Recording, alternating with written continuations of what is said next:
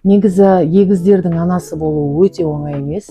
Себебі бір баланың өзімен бір ана 4 ұйқысын 4 бөлсе, 2 баламен практически круглосуточно ұйықтамайсың.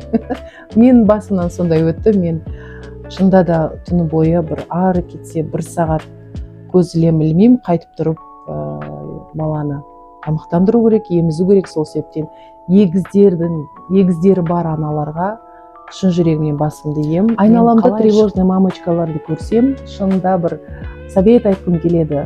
Тревожная болмаңыздар. Баланы өздеріңізге қысып алып, тек қана мен жақсы қарай аламын, баланың жағдайы супер класс болу керек деп жаңа өздерін ұмытып кетіп жатқан аналар бар. Шынында да мен түсінемін, бір балаға 2 адам керек. Ал 2 балаға 4 үлкен еркісі керек. Өйткені қарап өскенше, қатайғанша кәдімгідей ауыз қарау керек та балаға.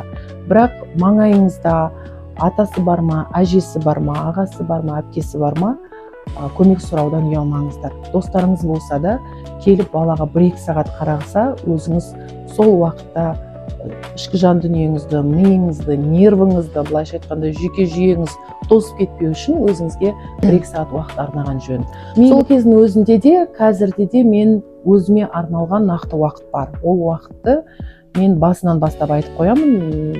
Мынау менің уақытым, маған тиіспеңдер. Маған 1 сағат, 2 сағат мен өзіме арнауым керек. Ол уход болуы мүмкін, шашыңды жасау, бетіңді бояу, жаттығулар, немесе сен отырып кітап оқып демалатын кез, мысалы.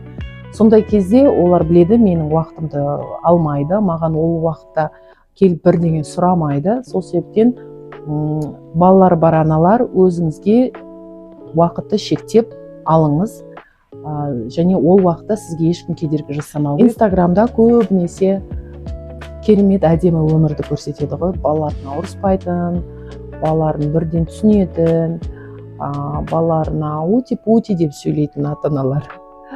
Инстаграмда бәрі әдемі, ал шынайы өмірде ондай емес. Сен күндіз бойы балаңа жақсы сөйлеп жүріп, кешкісін срываться етуің мүмкін, әбден мүмкін, ол нормально. Өздеріңізді жемеңіздер, ондай болатын болса, тек қана жаңағындай айтып тұрмын ғой, сабырға келіп, балаға ұрысқан күнде де артынша түсіндіріп, соны разбор жасауға да үйрену керек. Мен солай істеймін. Мен идеально балаға ұрыспаймын, айқайламаймын деп айта алмаймын. Кейде кәдімгідей қатты батырып, ұрысып, запрещать етіп, кейде жоқ деп айтуға тура келеді.